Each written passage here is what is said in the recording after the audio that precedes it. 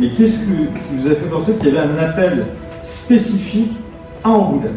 Tout d'abord, on est fils de l'Église.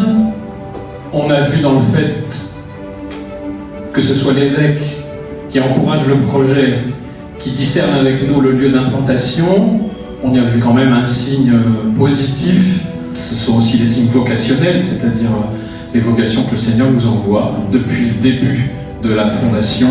Régulièrement, il y a des prêtres, des laïcs qui sont venus voir pour se rendre compte un peu de ce que c'est que cette forme de vie. Il y a un jeune en discernement actuellement, il y a un prêtre et un séminariste qui y pensent, plus ou moins. Vous voyez, donc depuis le début, on est aussi encouragé par l'intérêt pris pour cette forme de vie et cette vocation. Et puis finalement, vous êtes également accueillis dans le cadre du diocèse.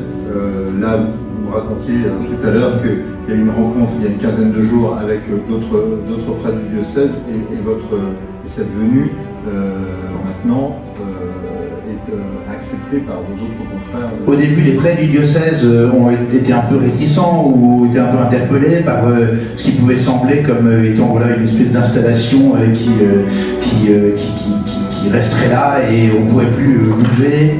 Et puis finalement, au bout de quelques temps, là on a représenté le projet auprès du conseil presbytéral, donc l'ensemble des prêtres du diocèse d'Angoulême, et on a vu que c'était très chaleureusement accepté. Petit à petit, les choses se sont bien développées. Voilà. Tout petit exemple, il y a un an, pendant le temps du carême, un prêtre appelle le Père Florian en disant « J'ai 80 pénitents, on n'est que 2 prêtres, c'est le temps du carême, on ne pourra pas tous les confesser, ils vont commencer à partir. Est-ce que l'un de vous peut venir ?» C'était notre soirée communautaire, le mercredi, on se réunit pour parler de la fondation de l'Oratoire, pour faire lecture divina, pour prier ensemble, et on s'est dit c'est notre mission évidemment de répondre à l'appel. Donc on est arrivé 3 prêtres. Les gens nous ont vu arriver, 3 prêtres d'un coup pour venir aider à confesser. Ça, c'est quelque chose qui a marqué aussi les prêtres sur place.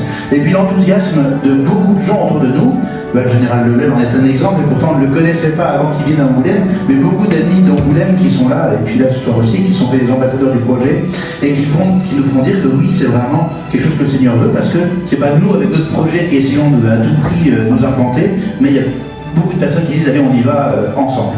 Et puis pour illustrer aussi ce nombre de personnes, jusqu'à présent, il y a à peu près 220 personnes qui ont contribué financièrement au projet.